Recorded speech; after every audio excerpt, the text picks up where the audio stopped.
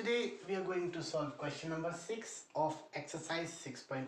Chapter is Lines and Angles, class 9th, Mathematics. Question is, it is given that angle XYZ equal to 64 degree. What is given? Angle XYZ equal to 64 degree. XY is produced to point P. Draw a figure from the given information. हमें इसी information के base पे एक sporting figure draw करनी है. Angle XYZ equal to 64 degree. XY is produced to point P. Like this. Let it be X and Y. Angle XYZ equal to 64 degree.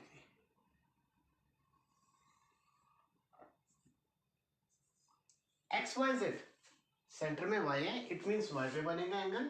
Now XYZ, this one is 64 degree. After that, XY is produced to point P.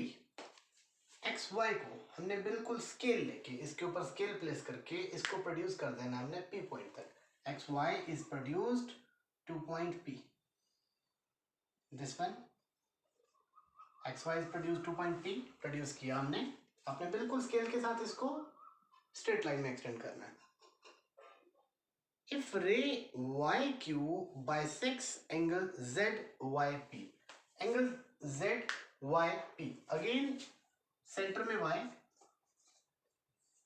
तो Y पे बनेगा ये angle. अब Y पे बहुत सारे angles बन रहे हैं, लेकिन ZYP इट मीन्स एक साइड Z होगा, एक साइड P होगा. सो Z और P एक साइड लेके ये एंगल बन जाएगा angle ZYP. According to question, ray YQ bisects angle ZYP. इस एंगल को एक रे बाइसेक्ट कर रही है. बाइसेक्ट मींस, बाइसेक्ट का मतलब होता है to divide into two equal parts.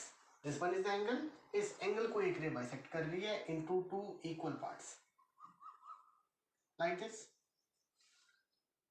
ZY और ये जो YQ है, इसने ये पूरे एंगल को बाइसेक्ट किया. अब बाइसेक्ट करने का ये मतलब हुआ, इस पूरे एंगल के ये जो दो पार्ट्स हैं, these two parts will be equal. Bisect means to divide into two equal parts. This one was the complete angle, and this angle is divided into two equal parts by this ray YQ. It means these two parts are equal. Now find. To find angle XYQ, XYQ and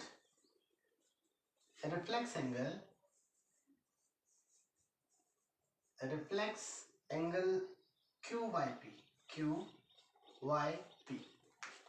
ये दो angles हम find करेंगे. अब ये angles कौन से हैं? XYQ. Again Y is at that centre. इसका मतलब Y पे एंगल बनेगा. Y पे ये बहुत सारे एंगल्स हैं, but which one is XYQ? Y पे एंगल है, एक साइड हम X लेके चलेंगे, एक साइड Q लेके चलेंगे. अब Y पे एंगल बन रहा है, एक साइड X, एक साइड Q. मतलब X और Q के बीच Y पे जितना भी एंगल है, हमें ये एंगल फाइंड करना है. एंड रिफ्लेक्स एंगल QYP, तो QYP अगेन Y पे एंगल बन रहा है, एक साइड Q, एक साइड P, एक साइड Q, एक साइड P और Y पे ये. बट ये नहीं, हमें इस एंगल का रिफ्लेक्स फाइंड करना है, तो वो भी देखेंगे कैसे फाइंड करना है. Firstly solution. Firstly we have to find angle XYQ. ये पूरा एंगल हमें कैलकुलेट करना है. अब इस एंगल में ये जो पूरा एंगल हमें फाइंड करना है, इसमें इतना पार्ट, ये पार्ट 64 डिग्री है. ये पार्ट अगर हम फाइंड कर लेते हैं, it means we can calculate the complete angle XYQ. Angle XYQ कैसे फाइंड करेंगे? This one angle XYZ plus angle ZYQ. It means firstly we will find angle ZYQ. आप एक बात का ध्यान रखेंगे, this one is X and P. This one is a line. Okay. Point Y. Now ये complete angle, this is straight angle. और straight angle कितने degree होता है? We know this is 180 degree. अगर ये अकेला एंगल 180 डिग्री है इसमें, ये मैंने एक पार्ट किया, देन ये एक part, this one is second part, this one is third part. पूरा एंगल अगर 180 है तो इन तीनों पार्ट्स का सम भी हमारे पास 180 डिग्री होगा। Now we know Y Q bisects angle Z Y P. ये जो रे है पूरे एंगल को बाइसेक्ट कर रही है। मैं लिखूंगा सिंस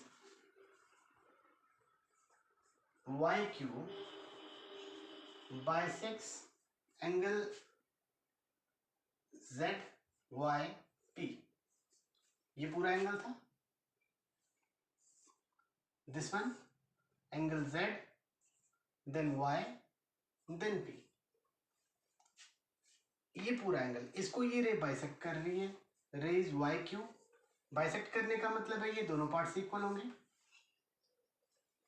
देखो अब ये दोनों पार्ट्स मींस एक पार्ट का नाम है पी वाई क्यू एंड, या फिर इसी को मैं बोल सकता हूं Q Y P, Q Y P equal to this one, both of these parts will be equal and this one is z y q. If these two parts are equal, मैंने एक पार्ट को भी x consider किया, दूसरे part को भी x consider किया। से suppose this one is x, this one is x, these two are x. Now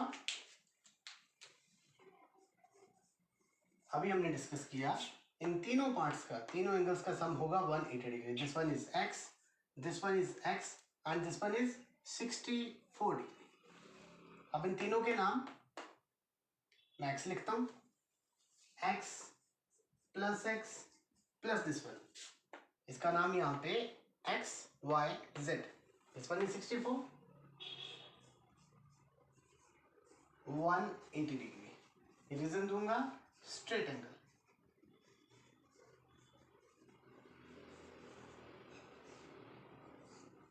x plus x will be 2x plus xyz. Now xyz is 64, 180. We can say 2x equal to 64। अगर यहाँ लाते हैं minus हो जाएगा, minus में लिखूंगा इसको, 2x will be equal to, इन दोनों को सब्ट्रैक्ट करेंगे 116 degree. Now 2x means 2 multiply x, तो मल्टीप्लाई वाली टर्म को अगर मैं यहाँ लिखता हूँ, मैं सिंपली डिवाइड लिखूंगा, x will be 58 degree. x means ये एंगल भी 58, ये एंगल भी 58। हम लिखेंगे therefore this one q y p, q y p equal to this one z y q। ये दोनों हमारे पास x थे, एक को भी x रखा था, दूसरे को भी x, तो ये हमारे पास आ रहा है 58 डिग्री। नो हमें फाइंड क्या करना है, हमें एक तो फाइंड करना है reflex angle q by p। हमने फाइंड किया q बाई p, तो ये हम फर्स्ट एक्सरसाइज में ही हम ये डिस्कस कर चुके हैं। फर्स्ट क्वेश्चन में आई थिंक जब किसी एंगल का रिफ्लेक्स पार्ट फाइंड करना है, सपोज हमें इसका रिफ्लेक्स फाइंड करना है, हम सिंपली क्या करेंगे, इस एंगल को 360 डिग्री में से सब्ट्रैक्ट कर देंगे। मैं यहाँ लिखूंगा reflex angle q by p, इसका रिफ्लेक्स कैसे फाइंड करेंगे, 360 degree minus angle q by p। बिल्कुल सिंपल कॉन्सेप्ट, इस एंगल का रिफ्लेक्स फाइंड करना है, इसी एंगल को 360 डिग्री में से माइनस करेंगे।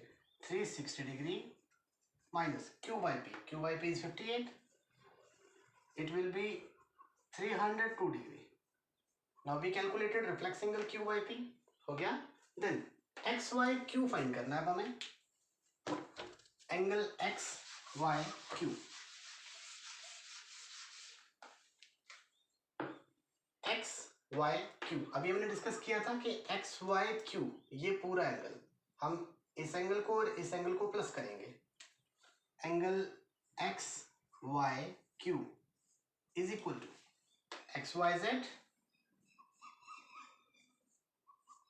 प्लस प्लस दिस वन, इसका नाम क्या है, z y q. Now xyz is 64 and zyq, this one is x, zyq is 58,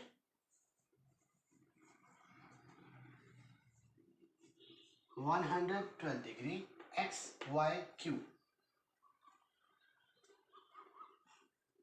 122 degree. So this is question number 6 of exercise 6.1. तो एक बार थोड़ा सा रिपीट कर दूं, इन दोनों एंगल्स को अगर मैं प्लस करता हूं तो ये कंप्लीट एंगल हो जाता है. इस कंप्लीट एंगल के लिए सिंपली हमें इस एंगल को और इस एंगल को प्लस करना था. Reflex angle Q by P के लिए हमें क्यू बाई पी को 360 डिग्री में से माइनस करना था. But firstly we will calculate, और हमने कैलकुलेट किया भी, angle q Y p. Angle q Y p calculate किया, उसको 360 डिग्री में से माइनस किया और हमने फाइंड किया reflex angle Q by P. Thank you.